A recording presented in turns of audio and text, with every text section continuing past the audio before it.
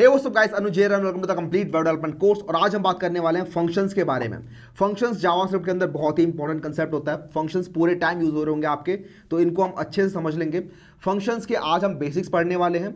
इसके बाद अगली वीडियो के अंदर हम एडवांस कंसेप्ट समझ रहे होंगे फंक्शंस के। तो दोनों ही वीडियो देखनी बहुत ही ज़्यादा ज़रूरी है अगर आपको जावास्क्रिप्ट के अंदर अपने जर्नी को आगे रखना है तो, बिकॉज फंक्शंस ही हर जगह यूज हो रहे होंगे आपके।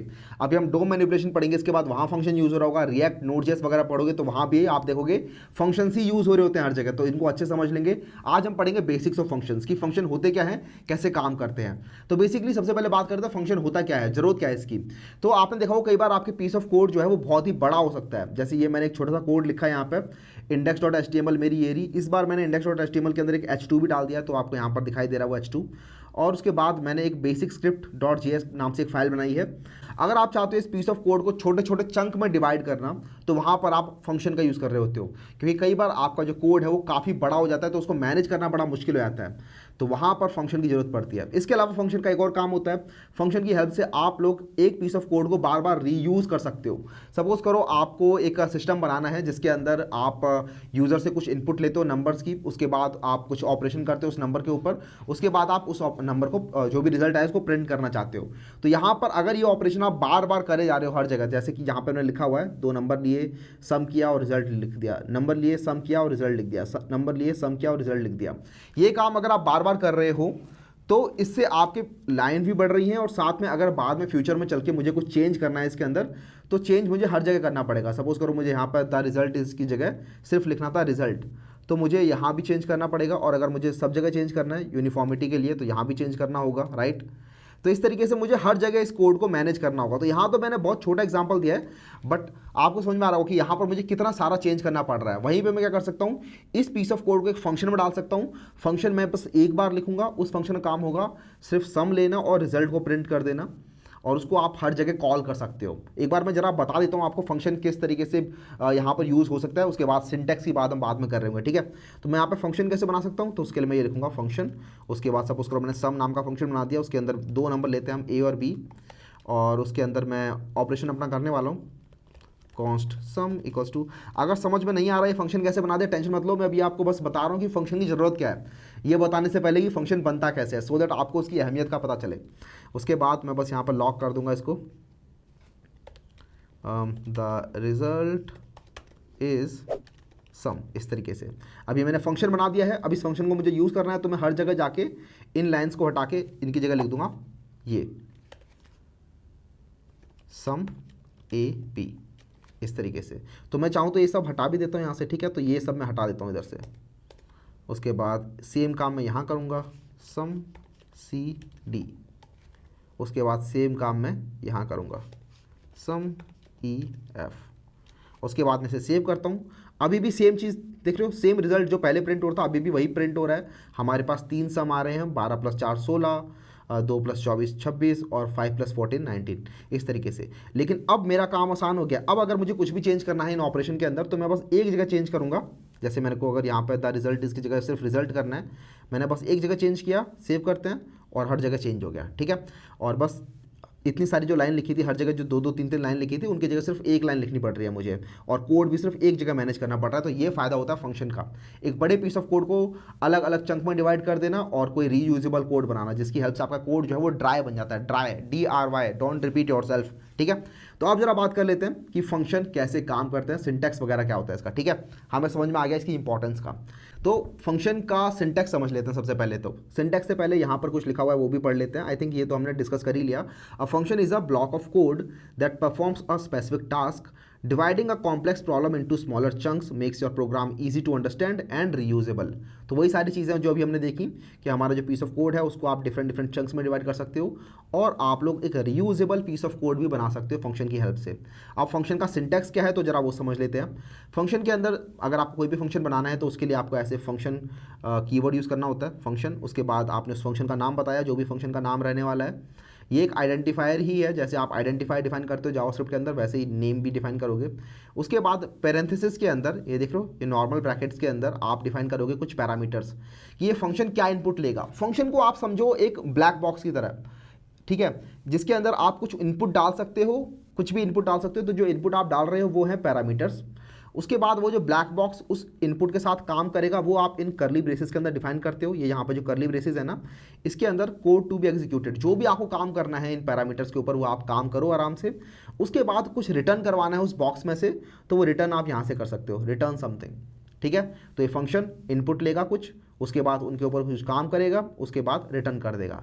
सेम फंडा जो हमने यहाँ पर लिखा था, जरा देखो, फंक्शन नाम का पहले कीवर्ड बनाया हमने, उस फंक्शन का नाम क्या है, मैंने यहाँ पर सम नाम दिया है, आप कुछ भी नाम दे सकते हो इस फंक्शन का, ठीक है। You can write it like this as well कि सम ऑफ टू नंबर्स, इस तरीके से। और उसके बाद यहाँ पर सम ऑफ टू नंबर्स हमने बना दिया, और उसके बाद इसके अंदर हमने इसमें कुछ इनपुट पास किए हैं, ए और बी, ये इसके पैरामीटर्स हैं। उसके बाद हम इन पैरामीटर्स के ऊपर कुछ ऑपरेशन परफॉर्म कर रहे हैं। यहाँ पर आप जितने मर्जी लाइन ऑफ ऑपरेशन परफॉर्म कर सकते हो इन करली ब्रेसेस के अंदर। और उसके बाद हमने यहाँ पर ये लॉग प्रिंट करा दिया है। आप लोग चाहो तो यहाँ से रिटर्न भी कर सकते हो, अभी रिटर्न वगैरह हम समझेंगे धीरे धीरे करके। और अगर इस फंक्शन को फिर आपको कॉल कराना है, अभी आपने सिर्फ फंक्शन बनाया है, ठीक है।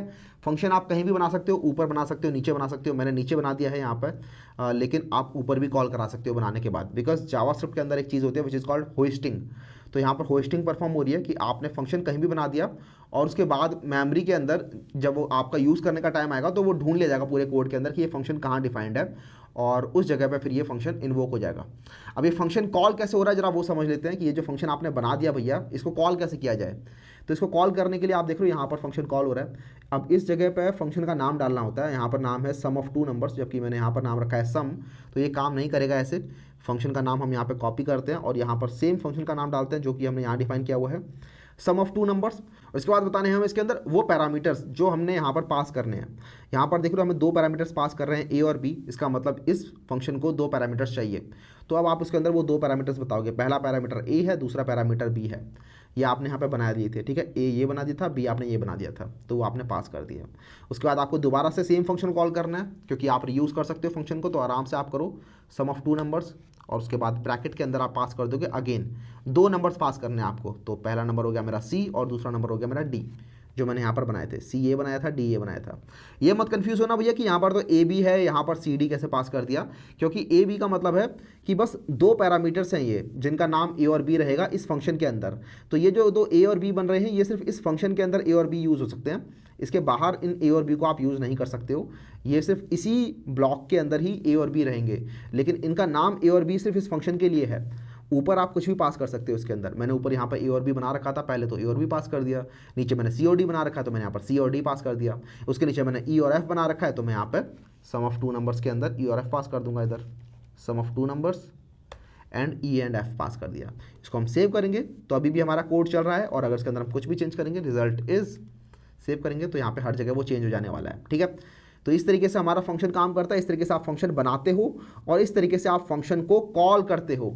ये जो कॉल है इसको आप कभी भी कर सकते हो, आप चाहो तो फंक्शन को ऊपर बनाओ, ठीक है, यहाँ पे बना लिया फंक्शन और नीचे कॉल करा लिया, या फिर नीचे बना के ऊपर कॉल करा लो, बिकॉज होस्टिंग हो जाती है। होस्टिंग का मतलब मेमोरी के अंदर जगह बन जाती है आपके फंक्शन की, और उसके बाद जब भी आप फंक्शन को कॉल करते हो तो आपकी पूरी मेमोरी में ढूंढा जाता है कि ये फंक्शन कहाँ पर डिफाइंड है, लिंक किया जाता है, और उसके बाद वो फंक्शन एग्जीक्यूट किया जाता है। अब जरा इसका एक बार फ्लो समझ लेते हैं किस तरीके से फ्लो काम कर रहा है। तो फ्लो भी बहुत आसान है। सबसे पहले आपने एक फंक्शन बनाया, और वो फंक्शन आपने जब बनाया तो वो आपका मेमोरी में चला गया कि ये हमारा फंक्शन बन चुका है। उसके बाद इसके अंदर हमने दो वेरिएबल बनाए, ए और बी। उसके बाद हमने किया सम ऑफ टू नंबर्स। तो हमारा कोड यहीं पर रुक जाएगा, इसके नीचे नहीं जाएगा, ठीक है, इसके नीचे नहीं जाएगा, यहीं पर रुक जाएगा, और ये वाला फंक्शन ढूंढा जाएगा कि ये फंक्शन कहाँ पर बनाया गया है। इस फंक्शन की लिंकिंग ऑलरेडी हो रखी होगी, तो ये फंक्शन ढूंढा जाएगा और हम यहाँ पर आएंगे, और इसके बाद इन दोनों लाइनों के बाद हमारा जो कोड है वो यहाँ पर चला जाएगा इस वाले कोड के अंदर, ठीक है, इस फंक्शन के अंदर। उसके बाद ये दोनों चीज़ें एग्जीक्यूट हो गई, ए और बी पास किए गए थे इसमें 12 और 4, तो 12 + 4 16, तो रिजल्ट इज 16, ये प्रिंट हो गया हमारा। उसके बाद हमने किया ये, उसके बाद हमारा जो फंक्शन ख़त्म हो गया तो हमारा वापस यहाँ पर आ गया फंक्शन कॉल, और हमारा फिर सी और डी इनिशियलाइज हुए, और उसके बाद हमारा दोबारा से फंक्शन कॉल हो गया। तो जैसे ही फंक्शन कॉल होता है हम दोबारा से यहाँ पर जंप कर जाएंगे लाइन नंबर 2 और 3 के अंदर, ठीक है। उसके बाद ये दोनों लाइनें एग्जीक्यूट हुई। उसके बाद जब फंक्शन की कॉल पूरी की पूरी खत्म हो गई, फंक्शन की सारी सारी लाइनें खत्म हो गई, उसके बाद हमारा वापस यहाँ पर आया, और ये सब हमने किया डू समथिंग एल्स। यहाँ पर तो मैंने कमेंट डाला हुआ है, लेकिन आप चाहो तो यहाँ पे कुछ भी काम कर सकते हो। और उसके बाद दोबारा से ई और एफ बनाए गए, सम ऑफ टू नंबर्स कॉल किया जाएगा तो दोबारा से यहाँ पर चला जाएगा हमारा कॉल, ये दोनों काम होंगे, उसके बाद वापस यहाँ पर आ जाएंगे हम। ठीक है, आई थिंक पूरा का पूरा कॉल भी समझ में आया होगा और कैसे फंक्शन बनाते हैं वो भी समझ में आया होगा, और कॉल कैसे करते हैं फंक्शन को वो भी समझ में आ गया होगा आपको। ठीक है, अगर समझ में आ गया है तो हम बात कर लेते हैं अब रिटर्न स्टेटमेंट की, कि रिटर्न कैसे आप कर सकते हो, कि आपने जो ब्लैक बॉक्स के अंदर इनपुट डाला था उससे अगर आपको कुछ आउटपुट भी निकलवाना है उस ब्लैक बॉक्स से तो वो कैसे कर सकते हो। उसके लिए हम यूज़ करते हैं इस रिटर्न कीवर्ड का, और हम अपने फंक्शन से कुछ भी रिटर्न करवा सकते हैं। सपोज करो मैं चाहता हूँ कि मेरा जो फंक्शन है ये सम रिटर्न कर दे, यहाँ से जो भी सम आया ए और बी नंबर्स के ऊपर जो भी काम किया है उसने उसका सम रिटर्न कर दे, तो I can write this return sum. Return लिखा मैंने सबसे पहले, उसके बाद रिटर्न करने के बाद मैं एक ही चीज़ रिटर्न कर सकता हूँ यहाँ से इस तरीके से, तो मैंने सम रिटर्न कर दिया, और ये जो सम मुझे मिलेगा ये मुझे यहाँ पर मिल सकता है कि मैंने जैसे फंक्शन कॉल कराया तो ये जो फंक्शन है ये मुझे सम रिटर्न करेगा। उस सम को अगर मुझे लेना है तो मैं कैसे लूँगा, कॉन्स्ट, उसके बाद सपोज करो मैंने रिजल्ट नाम से एक वेरिएबल बना दिया, रिजल्ट इक्वल्स टू दिस, तो मैंने लिखा रिजल्ट इक्वल्स टू दिस, तो इसका मतलब क्या है कि ये जो फंक्शन है ये अपना काम करेगा, उसके बाद जो भी रिटर्न करेगा वो वैल्यू इस रिजल्ट नाम के वेरिएबल में चली जाएगी। ठीक है, तो अगर आपको इस रिजल्ट को प्रिंट करना है बाद में, मैं करता हूँ लॉग और रिटर्न रिजल्ट, और यहाँ पे मैं रिजल्ट को प्रिंट करा के दिखाता हूँ आपको। सेव करते हैं इसको, तो आप देखोगे रिजल्ट इज 16 और रिटर्न रिजल्ट इज 16, ये भी 16 लिखा आ रहा है। सबसे पहले आपका ये लाइन एग्जीक्यूट हुई, उसके बाद आपको रिजल्ट मिल गया है यहाँ पे, तो आपकी ये लाइन एग्जीक्यूट हो गई। अगर सपोज करो यहाँ से हम कुछ रिटर्न नहीं करते तो मुझे बताओ कि हमारे रिजल्ट में क्या आने वाला है। मैं कुछ रिटर्न नहीं कर रहा, अब मेरे रिजल्ट में क्या आएगा।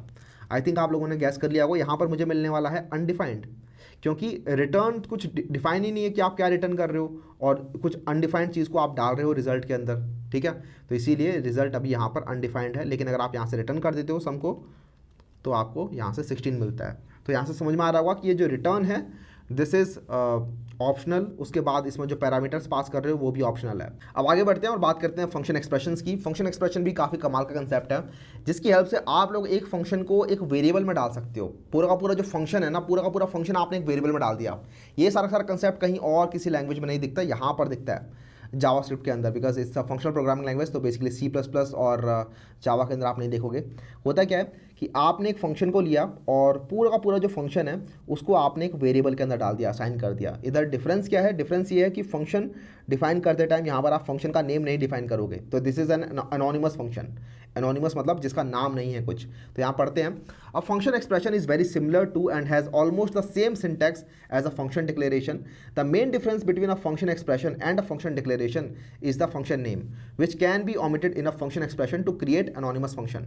तो इसका मोस्टली आप यूज केस समझोगे जब हम कॉलबैक्स की बात कर रहे होंगे। कॉलबैक्स बनाते टाइम मोस्टली आपको ऐसे फंक्शन चाहिए होता है जहाँ पर आपको नाम डिफाइन ना करना पड़े, बस तुरंत एक फंक्शन बना दिया और नाम की कोई ज़रूरत नहीं है। तो ऐसे टाइप के ऐसे जगहों पर हमें यूज़ करना होता है। इसके यूज़ केस धीरे धीरे करके हम समझेंगे। मोस्टली आप अगर डॉम मैनिपुलेशन में जाओगे तो ऑन क्लिक इवेंट वगैरह के अंदर हम यहाँ पर सीधा फंक्शन पास कर देते हैं, उनका नाम डिफाइन नहीं करते हैं कि उनका क्या नाम होगा क्लिक करने के बाद। लेकिन वो सब चीज़ें हम देखेंगे धीरे धीरे करके जब आएंगी। ठीक है, तो अभी समझ में नहीं आ रहा तो टेंशन मत लो, अभी फिलहाल बस समझते हैं कि फंक्शन एक्सप्रेशन कैसे काम करता है।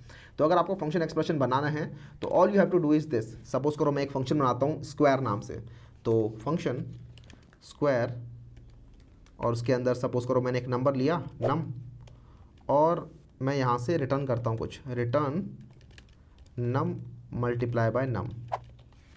तो ये मेरा एक फंक्शन है जो कि इस नंबर का स्क्वायर करके रिटर्न कर देता है। ठीक है, बहुत सिंपल है।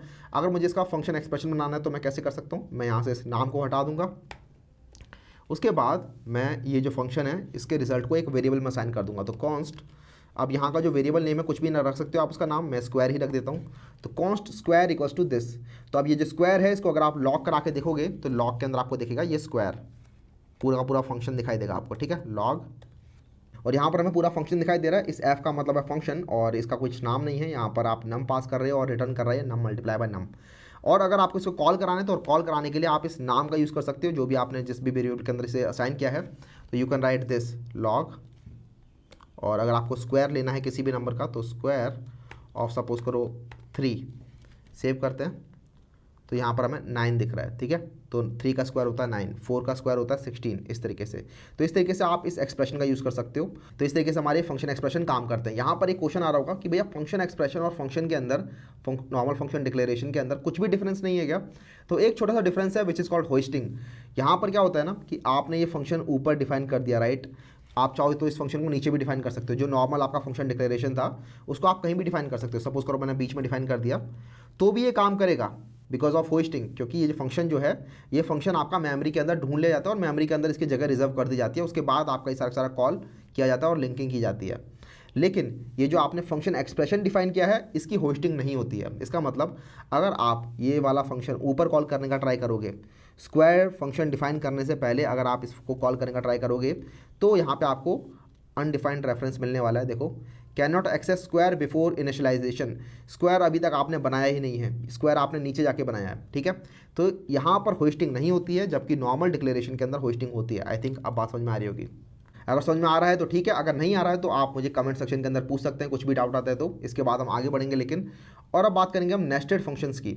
नेस्टेड फंक्शन एक बहुत ही इंपॉर्टेंट कंसेप्ट है जावास्क्रिप्ट के अंदर, जिसकी हेल्प से आपका पूरा रिएक्ट चल रहा होता है, ठीक है। रिएक्ट के अंदर आप देखते हो बस कंपोनेंट के अंदर कंपोनेंट बने होते हैं, फंक्शन के अंदर फंक्शन बने होते हैं। वो सब इसीलिए पॉसिबल है because JavaScript supports nested functions.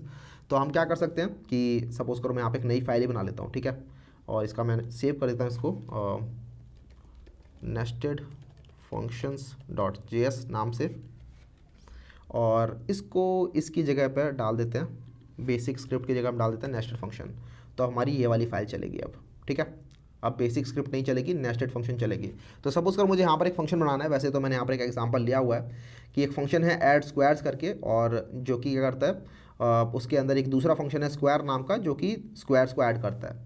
तो ये वाला बना लेते हैं हम। तो function add squares a b, और उसके अंदर इस फंक्शन के अंदर मैं दूसरा फंक्शन बनाने वाला हूँ फंक्शन, और उसका नाम होगा स्क्वायर, ठीक है, जो कि एक नंबर लेता है, सपोज करो नम लेता है, और रिटर्न करता है नम मल्टीप्लाई बाय नम।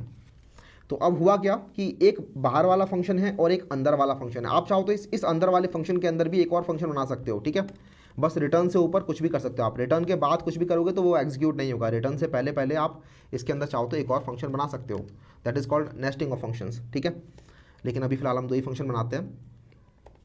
तो अब क्या होगा, ये जो स्क्वायर नाम का फंक्शन है ये सिर्फ आप इस बाहर वाले फंक्शन के अंदर ही कॉल कर सकते हो, या इसके बाहर अगर आप स्क्वायर कॉल करने का ट्राई करोगे तो मिलेगा ही नहीं उसे, ठीक है। स्क्वायर अगर मैं 4 लिखता हूँ यहाँ पे तो इसको नहीं मिलेगा। देखो यहाँ पे अनकॉट रेफरेंस एरर आ रहा है कि स्क्वायर 4 नहीं मिला इसे, लेकिन वहीं पे अगर मैं ऐड स्क्वायर फंक्शन कॉल करने का ट्राई करूँगा तो वो मिल जाएगा मुझे, ठीक है। अब इस ऐड स्क्वायर वाले फंक्शन के अंदर कुछ काम करके देखते हैं। इसको ऐसा करता हूँ मैं, इस स्क्वायर वाले फंक्शन को कॉल करने का ट्राई करता हूँ इसके अंदर। तो आई विल डू दिस कि const square of a equals to square a and then const square of b equals to square of b, और उसके बाद मैंने ये दोनों काम किए इसके अंदर, ठीक है। और मैं सबसे लास्ट में रिटर्न कर दूंगा इधर से return s a plus s b. यहाँ पर नोट करो कि रिटर्न स्टेटमेंट मैं हमेशा सबसे लास्ट में लिखता हूँ। रिटर्न स्टेटमेंट किसी भी फंक्शन के अंदर सबसे लास्ट में लिखी जानी चाहिए। उसके बाद यहाँ पर मैं इस फंक्शन को कॉल करा के दिखाता हूँ आपको, ऐड स्क्वायर को। तो लॉग ऐड स्क्वायर्स, और मुझे सपोज करो 3 और 4 के स्क्वायर्स को ऐड करना है। तो मुझे पता है 3 स्क्वायर इज 9, 4 स्क्वायर इज 16, तो इनका स्क्वायर को ऐड करेंगे तो 25 मिलने वाला है। सेव करते हैं तो यहाँ पर देखो 25 मिल रहा है, ठीक है। तो आई थिंक समझ में आ रहा होगा कि कैसे आपके नेस्टेड फंक्शन काम करते हैं। आप सिर्फ बाहर वाले फंक्शन को कॉल कर सकते हो और अंदर वाले फंक्शन को सिर्फ अंदर वाली चीज़ें ही कॉल कर सकती हैं, ठीक है। तो जो जिस स्कोप के अंदर डिफाइंड है वो सिर्फ उसी स्कोप के अंदर कॉल किया जा सकता है। This is called scope. ये स्कोप है, ठीक है। यहाँ से हमारा ब्लॉक स्कोप स्टार्ट हुआ और यहाँ पे ख़त्म हुआ, और दूसरा स्कोप ये है। तो जो स्कोप के अंदर डिफाइन हुआ है फंक्शन वो सिर्फ उसी स्कोप के अंदर कॉल किया जा सकता है। ऐड स्क्वायर वाला फंक्शन बाहर वाले आउटर स्कोप में डिफाइंड है, इसीलिए ये यहाँ भी कॉल हो रहा है। स्क्वायर वाला फंक्शन सिर्फ इस वाले स्कोप के अंदर डिफाइंड है, इसीलिए सिर्फ इसी स्कोप के अंदर कॉल किया जा सकता है इसको। तो this is your nested functions. इसके बाद हम देख रहे होंगे call back function, arrow function, but वो होगा हमारी नेक्स्ट वीडियोस के अंदर।